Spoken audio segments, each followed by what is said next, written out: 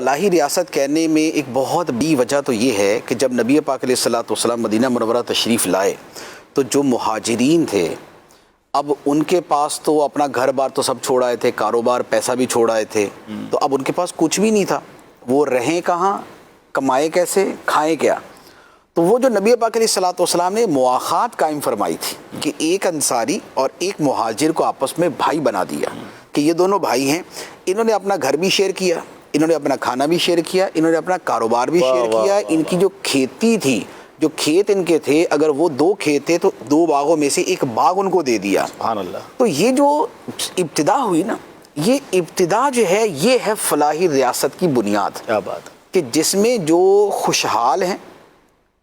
ان کا مال جو ہے، جو پریشان حال ہیں ان کو اس طرح دیا جائے کہ دونوں جو ہے، ایک تو دینے والا خوش دلی سے دے، احسان جتانے کے طور پہ نہ اسے جبرن نہ لیا جا رہا ہو۔ تو فلاحی ریاست میں کیا ہے کہ اس میں دینے والے کی جو اپنی خوش دلی ہے وہ بھی اس کے اندر شامل ہو۔ اسی لیے جو کہا جاتا ہے نا، دنیا میں فلاحی ریاست تو بہت ساری شمار کی جاتی، اس وقت بھی ویلفیئر اسٹیٹس کے نام سے دنیا میں بہت ساری ہیں، لیکن اس میں یہ دیکھیں کہ دینے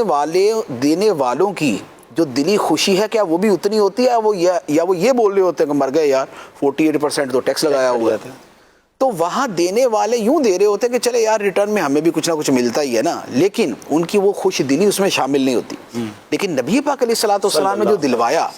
اس دلوانے کے پیچھے یہ تھا کہ یہ جو تم دے رہے ہو یہ تمہارا آخرت میں ذخیرہ ہے، سبحان اللہ، سبحان اور کیا دیا، تمہارا جنت کا سامان ہے، کیا دیا۔ تو اب وہ دینے والے ایسا دے رہے تھے کہ جو ان کو نہیں بھی کہا گیا نا وہ بھی دینے کو تیار تھے۔ یعنی تھا تو یہ کہ بھئی کھانے کو دے دیں، رہائش میں ذرا شیئر کر لے، لیکن وہ اپنے 2 باغوں میں سے ایک باغ ہی ان کے حوالے کر رہے کہ بھئی ایک باغ ہی آپ کا ہے، ہمارا اتنا مال ہے، یہ اگر 10 لاکھ روپے نا 5 لاکھ روپے آپ کو دے دیا، ورنہ تو لاکھ روپے بھی گزارا ہو سکتا تھا۔